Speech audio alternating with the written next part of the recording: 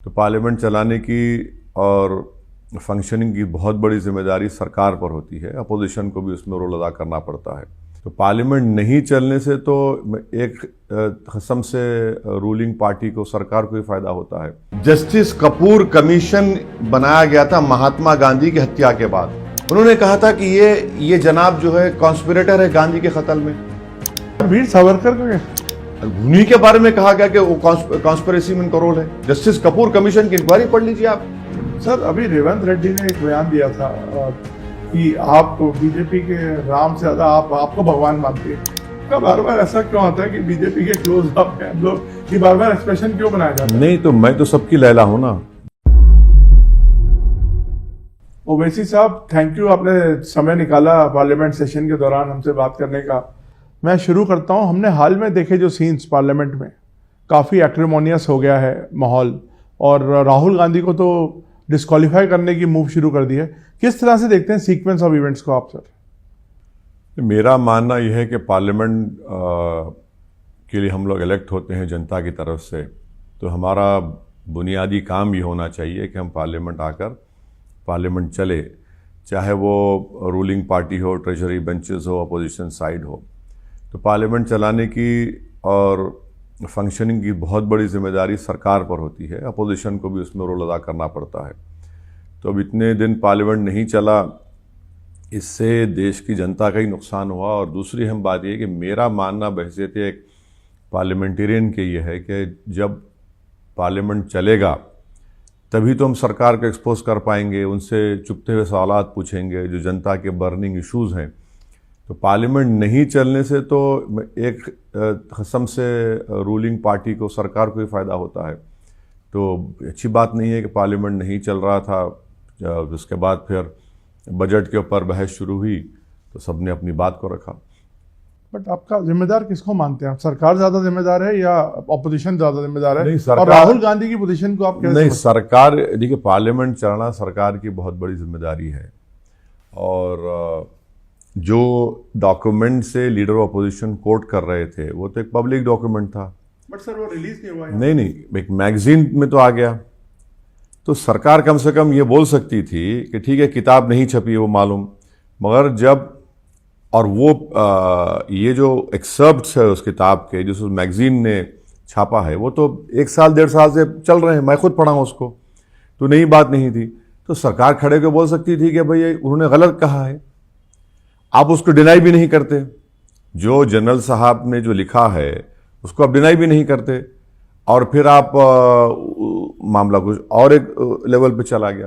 तो राहुल गांधी की ज्यादा कसूरवार नहीं है इसमें? नहीं, अगर राहुल गांधी हो या रूलिंग पार्टी हो या मेन अपोजिशन पार्टी हो, वो तो पब्लिक डॉक्यूमेंट है और उसको सरकार बोल दी थी हम उसको नहीं मानते। आप एक्शन लीजिए जनरल साहब के खिलाफ। अगर उन्होंने जो लिखा है कि चीन के टैंक्स आ रहे थे, उन्होंने लिखा है कि वो जो गलवान में लेफ्टिनेंट संतोष की जो मौत से पहले वहाँ पर टेंट लग गया था 1-1.5 महीने तक, उसको डिनाई कर दें। और देखिए तीसरी बात जो जनरल साहब लिखे हैं, वो इसका मैसेज क्या गया है पूरे अतराफ में, पूरे वर्ल्ड में, दुनिया में, साउथ एशिया में, कि चीन के टैंक्स आ रहे और मैं अपनी सरकार से पूछ रहा हूँ। यानी अब इन लोगों को क्या मैसेज जाएगा अतराफ के जो कंट्रीज हमारे, खासतौर से चाइना और पाकिस्तान को या वेस्टर्न कंट्रीज को, कि भाई फौज कुछ नहीं करेगी जब तक पॉलिटिकल लीडरशिप कुछ ना उनको बोले ना करे। तो ये एक बड़ा ही ये बड़ा अहम पॉइंट मुझे लगता है कि जो हम लोग उस पर गौर नहीं कर रहे हैं। सर, 2 चीज़ें, स्पीकर के खिलाफ नो कॉन्फिडेंस मोशन लाना और दूसरा डिस्क्वालिफिकेशन या प्रिविलेज लाना राहुल के खिलाफ, इसको किस तरह से पर्टिकुलरली आप देखिए? ओम बिरला साहब के साथ जो पिटीशन दिया गया है उसमें मैं सिग्नेचर ना मुझसे पूछा गया, ना मेरी को सिग्नेचर उस पर है, और नहीं मालूम उसके ऊपर क्या होगा। अब रहा सवाल डिस्क्वालिफिकेशन का, तो जाहिर है वो प्रिविलेज कमेटी को जाएगा, और मेरी नज़र में उसमें ज़्यादा दम नहीं है उस प्रिविलेज कमेटी, उस प्रिविलेज मोशन में। अब ये दे दिए हैं मगर उसमें ज़्यादा कुछ होने वाला नहीं है।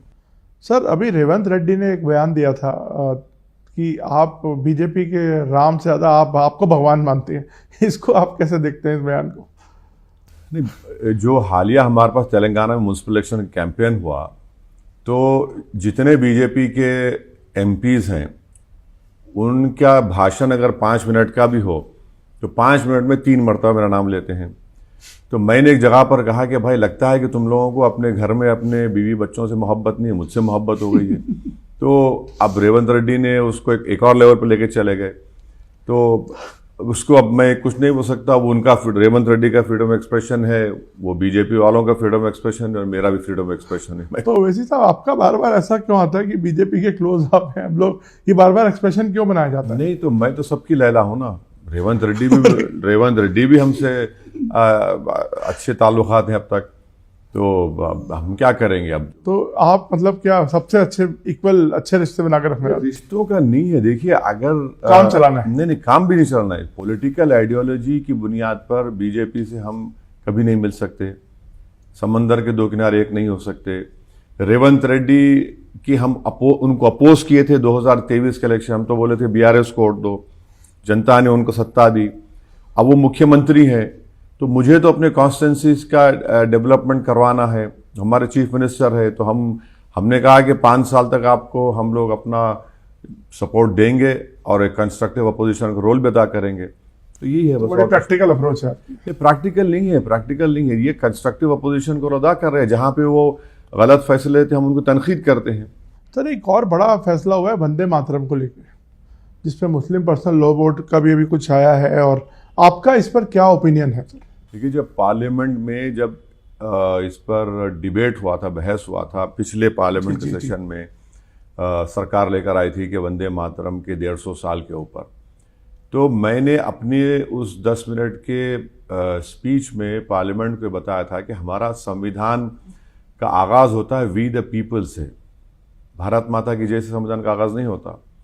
और जब संविधान को हम लोग अपना रहे थे तो उस वक्त कॉन्स्टिट्यूंट असेंबली के 2 मेंबर्स ने, एक ने कहा कि वंदे मातरम शुरू करो, उसको रिजेक्ट कर दिया गया उस दिन। राइट। फिर एक ने कहा कि ये कहो कि हर पीपल, उसको रिजेक्ट कर दिया गया। तीसरा ये कि हमारे संविधान का जो प्रियम्बल है, liberty of thought, expression and belief है ये। अब आप बताइए, आर्टिकल 25 में आप फ्रीडम ऑफ रिलीजन मुझे दे रहे हैं, और अगर आप ये कहेंगे कि आपकी मोहब्बत इस वतन से उसी वक्त साबित होगी जब आप इस वतन की पूजा करेंगे, इबादत करेंगे, और जब फ्रीडम ऑफ रिलीजन मुझे दिया गया है कि अपने अपने मजहब पे चलो, इस देश का कोई रिलीजन नहीं है। जो खुदा को नहीं मानता वही भारत का बाइज्जत नागरिक है। और एक बात याद रखिए, जब हैदराबाद की मक्का मस्जिद से मौलवी अलाउद्दीन ने अंग्रेजों पर हमला किया था रेजिडेंसी के ऊपर जाकर, तो पहला मुजरिम काला पानी का मौलवी अलाउद्दीन थे। उनको क्या कहेंगे आज अब जिंदा रहेंगे तो? मौलाना हुसैन अहमद मदनी और महमूदुल हसन साहब माल्टा की जेल के सहन में 6 महीने थे। यूसुफ मेहर अली ने नारा दिया था क्विट इंडिया मूवमेंट को, उनको क्या बोलेंगे आप? और मुरादाबाद के मौलाना काफी जिहाद का फतवा दिए, 2 दिन में ट्रायल चला, उनको फांसी दे दी गई। और जब फांसी पे जा रहे थे तो वो प्रॉफेट मोहम्मद सल्लल्लाहु अलैहि वसल्लम की नात पढ़ते हुए जा रहे थे। तो मौलाना अबुल कलाम आजाद अगर आज रहते तो आप उनको क्या बोलेंगे? ये हम बोलना चाह रहे कि अच्छा, आखिरी बात, जिस दिन हमने संविधान को अपना लिया, राजेंद्र प्रसाद साहब ने खुद से कह दिया विदाउट स्टैट्यूटरी रेजोल्यूशन के कि नेशनल सॉन्ग होगा। अच्छा नवीन साहब, 1971 का नेशनल ऑनर्स एक्ट है, उसमें नेशनल एंथम, नेशनल एम्बलम और कॉन्स्टिट्यूशन को आप इंसल्ट नहीं कर सकते। और एक सुप्रीम कोर्ट का केस है 1986 का, बीजू इमैनुअल केरला का, जिहोवा विटनेस थे, उन्होंने खड़े हो गए, उन्होंने कहा मैं जनगण मन नहीं पढ़ूंगी वरना वो मेरे धर्म के खिलाफ में, खड़े हो गए। सुप्रीम कोर्ट ने कहा उनका राइट है वो। ये सब रखते हुए आप इस तरह की बात करते हैं। अच्छा, ये जो रिसेंटली आपने जो ऑर्डर निकाला एमएचए ने, आप जनगण मन को खत्म करना चाह रहे क्या? बट वो कह रहे हैं पहले ये हो, देखिए उसका लीगल और कॉन्स्टिट्यूशनल कहां है उसकी बैकिंग? जनगण मन तो नेशनल एंथम है। और आनंद मठ की किताब अगर आप पढ़ेंगे कभी, मैं आपसे रिक्वेस्ट करूंगा, पेज नंबर 79, 80 115, 116, 98 पढ़िए आप, उसमें तो इस्लाम धर्म के खिलाफ बातें लिखी हुई हैं। आप माने मैं बोल भी नहीं सकता यहां पर, इतनी बुरी बुरी बातें लिखी गई उसमें, कैसा उसको बोलेंगे? अच्छा, वो तो अंग्रेजों के लिए काम करते थे, जो ये जो आनंद मठ लिखे साहब, वो तो अंग्रेजों के लिए काम करते थे। अब आप इसको लाकर किसी को हम यही बोल रहे कि फोर्स मत करिए आप किसी को। तो आप इसको लेके जाएंगे अदालत में? ये अदालत जाने के लिए सरकार को समझने की जरूरत है, आप फोर्स क्यों कर रहे? आप किसी को फोर्स मत करिए, नेशनल सॉन्ग है, मानते हो उसको, मगर मेरी फ्रीडम ऑफ रिलीजन का क्या होगा फिर? इसको आप कैसे रिकंसाइल करेंगे? आप तो नहीं कर सकते। सर वो तो कहते हैं कि देश की अगर माँ को, देश को माँ मान रहे हैं, उसकी पूजा नहीं, देखिए मैं अपनी माँ की कोख में 9 महीने रहा, और खुदा ने मुझे अपनी माँ की कोख में रखा, पैदा किया। मैं अपनी माँ को खुदा नहीं मानता हूं, मैं अपनी मेरी माँ की मैं बेहद, और मैं मानता हूं कि हमारे प्रॉफिट मोहम्मद सल्लल्लाहु अलैहि वसल्लम के माँ के पैरों में जन्नत है, मगर मेरी माँ मेरे लिए खुदा नहीं है। अगर ये लॉयल्टी का टेस्ट हो जाएगा तो फिर आप क्या कहेंगे उन लोगों को जो इस अंग्रेजों को भगाने में अपना सब कुछ कुर्बान कर दिए? नेताजी सुभाष चंद्र बोस के साथ जर्मनी से लेकर जापान तक अगर कोई सबमरीन में गया था, कोई संगी था क्या? वो हैदराबाद का मुसलमान था। जर्मनी से लेकर मौजूदा जापान तक नेताजी साथ वो रहा। आप उनके क्या बोलेंगे? आप उनको, कौन थे वो? हैदराबादी था वो। अच्छा, ये तिरंगा जो हमारा फ्लैग बनाया गया, कौन बनाए? हैदराबाद की एक मोहतरमा ने बना कर दिया पूरा उसको। तो वफादारी का अगर आप सर्टिफिकेट, तो हमको जरूरत भी नहीं है, मगर इसको आप लॉयल्टी का टेस्ट कैसे बना रहे हैं? अच्छा, इन लोगों ने, अच्छा ये एक बात बताइए, बीजेपी से, आरएसएस से पूछ लीजिए, जिस वक्त वर्ल्ड वॉर 1 हो रही थी, इन्होंने सबको भर्ती कराया, और जब मुस्लिम लीग के साथ नॉर्थ वेस्ट फ्रंटियर और बंगाल तक सरकार में आप लोग शामिल थे, मुस्लिम लीग के साथ श्यामा प्रसाद मुखर्जी तो होम मिनिस्टर थे। तो ये आप इन बातों को भूल जाएंगे। ऑर्गेनाइजर मैगजीन पढ़ लीजिए आप, कौन सा है, 28 दिसंबर का, आपने तो नेशनल फ्लैग को अशुभ कहा, मनहूस कहा कि कब का है? 28 दिसंबर 1915 ऑर्गेनाइजर मैगजीन, मनहूस है, ये 3 रंग मनहूस है। आप बोलिए उसको क्या बोलेंगे? किसने कहा था कि हम बाबा साहब के संविधान को नहीं मानते, मनुस्मृति को मानते? गोलवालकर साहब ने कहा। आप हमको बोल रहे हैं भाई, आपका इतिहास भी तो आप पढ़ लीजिए। अच्छा, कौन सा एक आरएसएस वाला मरा अंग्रेजों की गोली से, बताइए हमको। मैं जिस शहर से आता हूं, मौलवी अलाउद्दीन पहला मुजरिम था काला पानी का। तुर्रेबाज खान की लाश सुल्तान बाजार में आज में दिखाएंगे आपको, 4 दिन तक लटकी हुई रही। आपका कौन सा आदमी मरा? हां, हेगडेवर साहब एक मर्तबा जेल गए थे, वो सेंट्रल प्रोविंस के कांग्रेस के लीडर थे। किस लिए गए थे मालूम? नवीन साहब, खिलाफत मूवमेंट की तकारीर के ऊपर गए थे वो। अब आप उसके बाद आपने तो कह दिया कि नहीं अब हम हिस्सा नहीं लेंगे, उसमें हिस्सा ही मत लीजिएंगे आजादी में।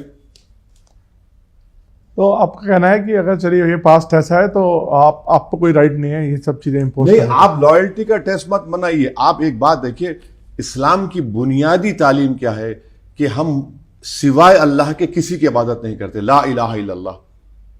और हम जब सूरह फातिहा पढ़ते हैं कि हम इया का नाबुदु इया का नस्तईन, मतलब कि हम तेरी इबादत करते हो, तुझसे ही मदद चाहते हैं, हमारा तो फेथ है। अच्छा, सिखिज्म क्या है बताइए, बौद्ध धर्म क्या है बताइए, ये तो बुनियादी इनका। आप अगर आप बोलेंगे नहीं तो फिर भारत तो फिर एक थियोरेटिक कंट्री हो जाएगा एक्चुअल सेंस में। वैसे तो होने जा रहा है, जिस तरह बीजेपी आरएसएस से लेके आगे बढ़ रही है, तो थियोरेटिक कंट्री है सर। ये तो थियोरेटिक कंट्री क्या मतलब, हम तो एक अच्छी डेमोक्रेसी है जिसमें कई रिलीजन एग्जिस्ट करते हैं। एग्जैक्टली, और हर किसी को बोलने का हक है। नहीं, प्लुरलिज्म डाइवर्सिटी फिर कहां जाएगी? यही तो हम भी है ना कि जब ये प्लुरलिज्म हमारे बेसिक स्ट्रक्चर का हिस्सा है तो कहां जाएगा फिर? ये कंप्लीट कॉन्ट्रडिक्शन हो रहा है। अच्छा, अब दूसरे मुद्दे पे आता हूं। आसाम के सीएम पर आपने एक कंप्लेंट दर्ज की है, जो मैंने पढ़ा, तो इस पर कुछ बताएं। उनका क्या, किस तरह देखते हैं उनके आप रवैये को? और जो वो इन्होंने जो वीडियो बनाया है जिसमें वो एक बंदूक से गोली मार रहे हैं और एक मुस्लिम धर्म का आदमी बैठा हुआ है, क्लीन शॉट की आवाज आ रही है उस गोली पर, और बाद में आ रहा है नो मर्सी। ये BNSS के 196, 353, 299, 197 का क्लियर अप्लाई होता है उसके ऊपर।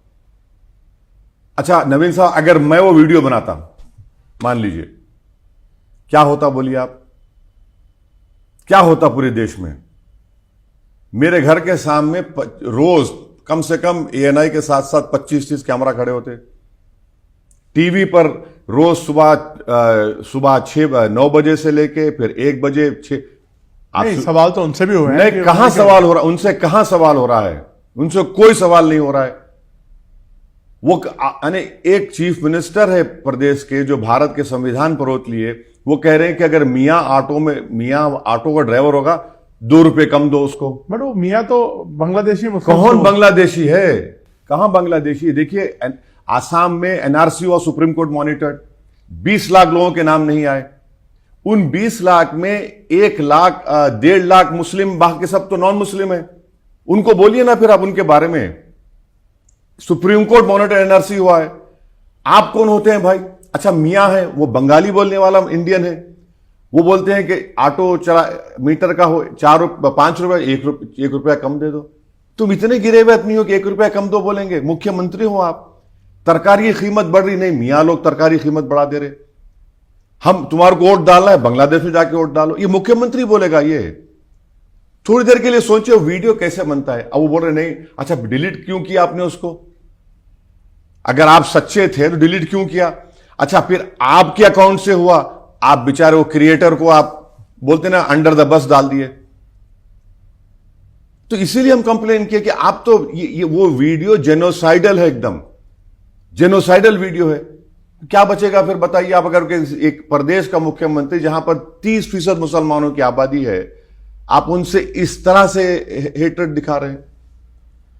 एक और, जैसे कई जगह से आज मुद्दा उठ रहा है, किसी ने बोला कि बाबरी मस्जिद दोबारा बनाएंगे। हम एक देख रहे हैं बंगाल में एक बंदा बाबरी मस्जिद का रेप्लिका बना रहा है, और एक आपके AIMIM के ही व्यक्ति हैं यूपी में, उन्होंने बोला हम दो हमारे कई होने चाहिए। तो इस पर एक पहले आता हूं इस पर। शौकत हमारे पार्टी के प्रेसिडेंट हैं। लोग नहीं जानते कि ये भाई बहन खुद 14 हैं। शौकत के बड़े भाई को 16 बच्चे हैं। उन्होंने उस पस मंजर में बोला। अच्छा तीसरी बात, एक महाराष्ट्र से कोई बोलते हैं कि भाई इतने बच्चे पैदा करो, कोई वहां बोलता है इतने बच्चे। अच्छा मोहन भागवत खुद कह रहे हैं कि बच्चे पैदा करो।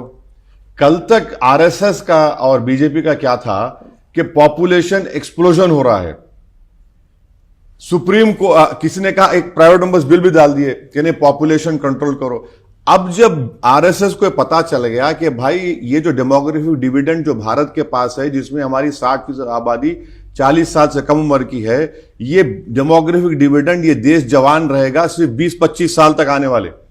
उसके बाद इस देश की 12 से 15% आबादी बूढ़े हो जाएंगे।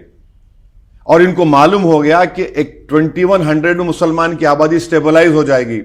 तो अब से बोल रहे हैं बच्चे पैदा करो। चंद्रबाबू नायडू भी कह रहे हैं, बल्कि मोहन भागवत के साथ दोनों मिलकर एक ही सुर में कहा, नायडू और RSS तो एक हो गए, मगर एक ही सुर में बच्चे पैदा करो। अरे आप बच्चे पैदा करने के लिए बोल रहे हैं, उस पर कोई नहीं बोलेगा, वहां पर कुछ आपको तकलीफ नहीं है। शौकत ने जो कहा वो ये बात है। रहा साल बाबरी मस्जिद का, मैं आज भी मानता हूं वो फैसला गलत था सुप्रीम कोर्ट का। वो आस्था की बुनियाद पर था। और मैंने उस वक्त, अगर आप ANI का रिकॉर्ड्स निकाल के देखेंगे, जो जजमेंट के बाद मैंने आपके वहां पे जो ऑनरेबल करस्पॉन्डेंट है प्रमोद साहब को मैंने ये कहा था कि ये you are opening a can of worms. कोई भी कहेगा मेरी ये आस्था है, छोड़ दो आप।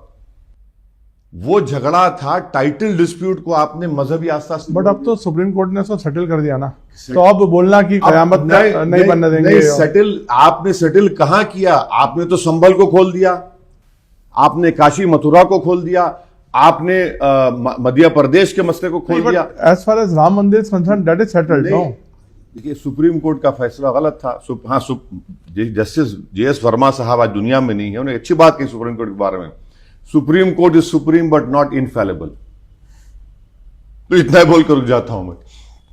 तो ये जो बोलते हैं, योगी जी ने बोला कयामत तक नहीं बनेगी, और वो बंदा बोल रहा है कयामत तक ये बाबरी मस्जिद रहेगी, इसको, इन बयानों को आप किस तरह से देखते हैं? देखिए, कम से कम उनको उर्दू तो बोलना पड़ा, हिंदी का लफ्ज बता दीजिए क़यामत में क्या होगा, उनसे पूछ लीजिए, उर्दू बोलना पड़ा ना उनको। तो वैसे ही आप भी देखता हूँ कि कुछ ना कुछ ऐसे बयान देते रहते हैं। आपने जैसे पीछे बोला कि बुरखे वाली अब प्रधानमंत्री बनेंगी। नवीन साहब एक बात, इसको बोलने की क्या जरूरत है? नहीं, तो अगर क्यों नहीं? सेकुलर कंट्री है, बिल्कुल है, तो इसमें एक रिलीजन का बनेगा ऐसा नहीं। देखिए, संविधान में क्या ऐसा कोई प्रोविजन है जो पाकिस्तान में है कि एक ही रिलीजन का होगा? नहीं है, नहीं है ना। दूसरी बात यह है कि आप हमेशा हम ताना मारते हैं, हम मुस्लिम कम्युनिटी, ये पढ़ाते नहीं है बच्चों को, ये आगे नहीं बढ़ाते, ये इनको दबा देते हैं, इनको हकीकत मालूम ही नहीं, इनको हकीकत मालूम नहीं। काश ये कभी आते किसी कॉलेजेस में जाकर देखते या मुस्लिम इलाके में जाकर देखते कितनी मेहनतें, जुस्तजू और कुर्बानियां देकर बच्चियां पढ़ रही हैं। आप उसको, और मैंने कहा बिल्कुल इसमें गलत बात क्या है भाई? अगर मैं बट जैसे आप अक्यूज करते हैं कि आप एक रिलीजन को प्रमोट कर रहे हैं, तो आप भी तो फिर रिलीजन को नहीं प्रमोट कर रहा हूं मैं, भारत के इंक्लूसिविटी को, प्लुरलिज्म को देश के सामने रख रहा हूं कि ये बन सकते हैं, जनता उनको चूज करेगी, चूज बनेंगे ना, बन सकते हैं ना। मेरा ख्वाब है, मेरा ख्वाब है। क्यों बट आपको लगता नहीं ये थोड़ा पोलराइज करता है चीज? बिल्कुल। अरे पोलराइज की बात आप कर रहे हैं। इस भारत की पार्लियामेंट में 6% से बढ़ के कभी मुस्लिम एमपी जीत कर ही नहीं आए। किसका पोलराइजेशन हो रहा है बताइए? आज 4% है। जितने ओबीसी समाज की पॉपुलेशन है, उनकी अपर कास्ट के बराबर उनके एमपी जीत कर आ गए। तो पोलराइजेशन कहां पर हो रहा है? किसके खिलाफ हो रहा है? किसको मार्जिनलाइज कर दिया जा रहा है? किसके घर को बुलडोजर से तोड़ा जा रहा है? किसके बारे में वीडियो बनाई जा रही, गोली मारो बोलकर? किसको एनकाउंटर किया जा रहा है? किसको बांग्लादेशी बोलकर मॉब लिंचिंग बालासोर में हो रही है? मुसलमान के खिलाफ ही हो रहा है ना। तो इस माहौल में अगर मैं कह रहा हूं कि भाई संविधान पे देखो, संविधान मौका देता है आपको, मैं तो उल्टा संविधान में एक बिलीफ को क्रिएट कर रहा हूं कि आप लड़िए, उनको जुस्तजू करिए, बनिए, आगे बढ़िए। वैसे साहब, मैं जब रिसर्च कर रहा था तो मैंने एक सवाल और देखा। आपने भारत रत्न जो की बात जो कही भागवत जी ने, उन्होंने बोला कि सावरकर को मिलना चाहिए। इस पे आपने कड़ा ऑब्जेक्शन किया, नहीं? सर, आप ही के नाम के सुप्रीम कोर्ट के चीफ जस्टिस थे, justice Kapoor. Justice Kapoor commission बनाया गया था महात्मा गांधी की हत्या के बाद। उन्होंने अपनी justice Kapoor commission of inquiries act के तहत बनाया था। उन्होंने कहा था कि ये जनाब जो है कॉन्स्पिरेटर है गांधी के कत्ल में। मैंने नहीं कहा, वो justice Kapoor commission of inquiry act में बनाया गया। अब आप बताइए इसके ऊपर क्या क्या बोलेंगे आप? वीर सावरकर का उन्हीं के बारे में कहा गया कि वो कॉन्स्पिरेसी में इनका रोल है। जस्टिस कपूर कमीशन की इंक्वायरी पढ़ लीजिए आप, उसमें लिखा गया है। मैं नहीं कह रहा हूं वो। अगर आप बोले तो इंटरव्यू के बाद बता देता हूं आपको, निकाल के पूरा कागज निकाल के आपको मैं किताब दे दूंगा पूरी आपको। अब मुझे ये लगता है कि कल के दिन गोडसे को भी दे देंगे भारत रत्न अगर देना चाहे तो। और नाथूराम गोडसे के एक भाई का इंटरव्यू भी है जिसने कहा कि हम लोग सब एक जमाने में आरएसएस में थे, उन्हीं की तालीमात से मुतासिर हुए। इसमें हमने कहा इस बात को। थैंक यू सर, आपने बात की, समय दिया, सारे मुद्दों पे बात की। धन्यवाद। Thank you.